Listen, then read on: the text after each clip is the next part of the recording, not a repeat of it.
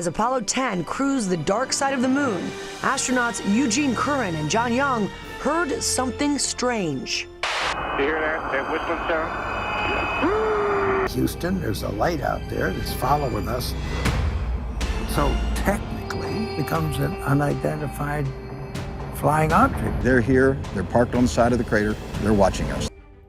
NASA has landed a total of 12 astronauts on the moon, concluding their lunar missions with Apollo 17 in 1972. Despite the initial triumphs, the lunar surface has remained untouched by human presence for over 50 years. Many say the space race simply ended and government lost interest, but new evidence leaked by NASA astronauts suggests a more unsettling explanation. What undisclosed dangers lie in wait on the moon's mysterious dark side? What revelations did NASA truly encounter? Join us as we explore the real reasons NASA never returned to the moon. The space race, an epic tale of Cold War rivalry and technological prowess, was the driving force behind NASA's Apollo missions. It all began on October 4, 1957, when the Soviet Union launched Sputnik 1, the world's first artificial satellite. This event not only stunned the world, but also signified the Soviet Union's technological edge in space. The United States, seeing space as the next frontier and a crucial arena for Cold War competition, responded with Explorer 1 in 1958, marking its entry into this high-stakes race. President Dwight D. Eisenhower responded to the Soviet challenge by creating NASA in 1958, a federal agency dedicated to space exploration. This move was a clear indication of the United States' commitment to not just match, but surpass Soviet achievements in space.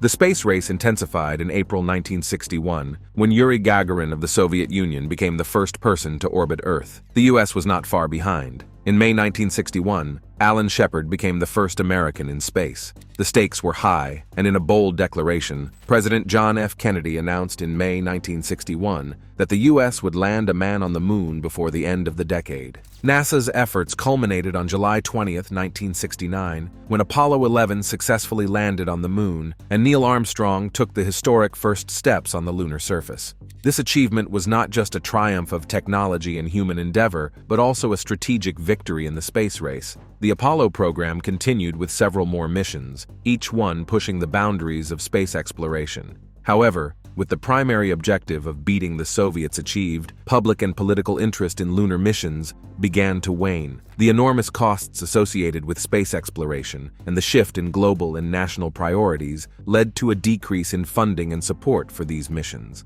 The space race unofficially ended with a symbolic handshake in space during the Apollo-Soyuz test project in July 1975, a joint mission that marked the beginning of a new era of cooperation in space between the United States and the Soviet Union. This shift in focus from competition to cooperation and the changing landscape of the Cold War led to a realignment of NASA's priorities away from lunar missions, setting the stage for future international collaborations in space, like the International Space Station.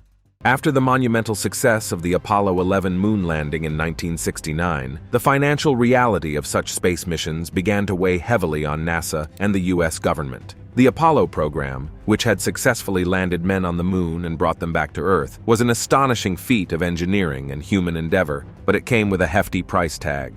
In 1973 dollars, the program cost around $20 billion, which equates to roughly $116 billion in 2019 dollars. This enormous expenditure represented a significant portion of the national budget, with NASA at one point consuming about 4% of federal spending during the mid-1960s. As the euphoria of the moon landing subsided, questions about the value and viability of such costly endeavors began to emerge. The financial burden of the Apollo missions, coupled with changing political and economic landscapes, led to a gradual reduction in NASA's budget. In the years following the Apollo program, NASA's share of the federal budget dwindled, significantly impacting its ability to undertake similar large-scale missions. This reduction was not just a matter of percentages. It reflected a broader shift in national priorities, where space exploration began to compete with other pressing domestic and international concerns for funding. The changing fiscal landscape was evident in the gradual scaling back of planned missions. Originally, NASA had intended to continue the Apollo missions beyond Apollo 17, but financial constraints and shifting focus led to the cancellation of Apollo missions missions 18 through 20. Each Apollo mission was an expensive endeavor, involving thousands of personnel, extensive research and development, and costly materials and technology. The decision to curtail the program was as much a financial one as it was a strategic shift in priorities. This tightening of purse strings coincided with an increasing emphasis on space missions that promised more immediate practical benefits. The focus shifted from ambitious exploratory missions like moon landings to projects like the Space Shuttle program, which promised more frequent, versatile, and potentially commercial uses of space. As a result, the latter part of the 20th century saw NASA redirecting its efforts towards projects that required less upfront investment compared to the colossal expenditures of the Apollo era. These included the development of the Space Shuttle, participation in the International Space Station, and a variety of unmanned exploratory missions. While these projects were still expensive, they were considered more sustainable and justifiable within the tighter budget constraints NASA now faced. Therefore, the enormous costs of the Apollo program, although resulting in a remarkable human achievement, set a precedent for the type of financial commitment required for manned lunar missions, leading to a reassessment of the value and feasibility of such endeavors in the years that followed. As the Apollo program was making remarkable strides in space exploration, back on Earth, the United States was struggling with the Vietnam War, a conflict that significantly redirected government focus and resources. The Vietnam War, which escalated in the 1960s and continued until 1975, became a major sink for U.S. financial and military resources. This period saw a steady increase in U.S. military presence in South Vietnam, growing from fewer than 800 troops in the 1950s to approximately 9,000 by 1962. The commitment to the Vietnam War had profound implications for U.S. domestic and foreign policy. Financially, the war required significant expenditures, impacting other areas of government spending, including space exploration, the focus on immediate military needs, and the increasing public scrutiny over the war's justification and costs led to a reallocation of priorities and resources away from programs like NASA's ambitious moon missions. Moreover, the Vietnam War significantly influenced American public opinion. The war's extensive media coverage, coupled with the growing number of U.S. casualties and the controversial nature of the conflict, led to a robust anti-war movement. By the end of the 1960s and into the early 1970s, as the U.S. sought to wind down its involvement in Vietnam, there was a noticeable shift in the national mood and priorities. Space exploration, particularly manned moon missions, which once symbolized the height of American ambition and technological prowess, began to take a back seat to more immediate terrestrial concerns. This period marked a significant realignment in U.S. policy and priorities, where the focus shifted from the lofty goals of space exploration to addressing the immediate and complex challenges presented by the Vietnam War.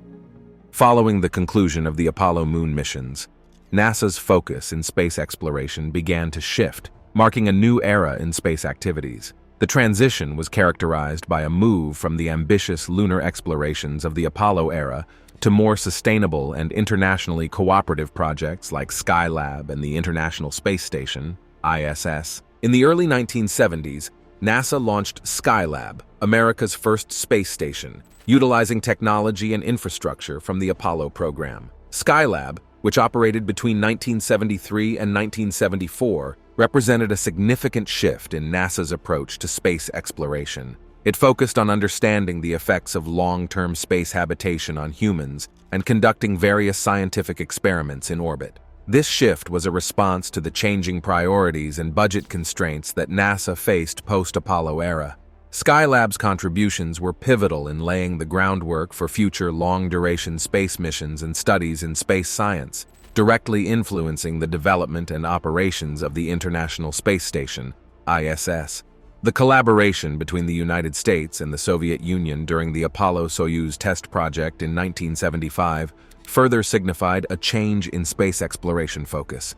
This mission, a joint effort between the two space superpowers, demonstrated that international cooperation in space was not only possible, but also beneficial. It laid the foundation for future collaborative projects, such as the Shuttle-Mir program and, eventually, the ISS. The International Space Station, a multinational collaborative project involving 15 nations, began construction in 1998.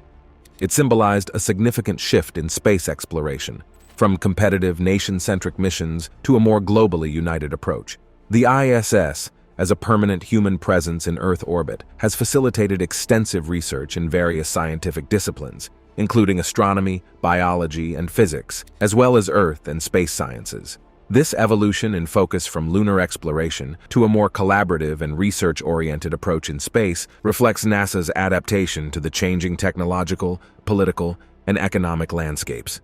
The renewed interest in moon missions from recent administrations has reinvigorated NASA's lunar exploration initiatives, most notably through the Artemis program and the development of the Gateway Lunar Space Station. The Artemis program, driven by a desire for scientific discovery, economic benefits, and inspiration for a new generation of explorers, marks a significant advancement from the Apollo era. Despite its ambitious goals, the Artemis program faces significant challenges, including technical complexities and financial costs. The development of Artemis spacesuits alone is estimated to cost $1 billion, with the overall project projected to cost $93 billion through 2025. There has been criticism, notably from prominent figures such as Buzz Aldrin and former NASA Administrator Michael Griffin, regarding aspects like the Gateway's role and efficiency. Nevertheless, NASA remains committed to landing humans on the moon again by 2025, emphasizing the importance of these missions in paving the way for future deep space exploration. This modern perspective on lunar exploration reflects a shift from the competitive race of the Apollo era to a more collaborative and sustainable approach, integrating international partnerships and commercial involvement.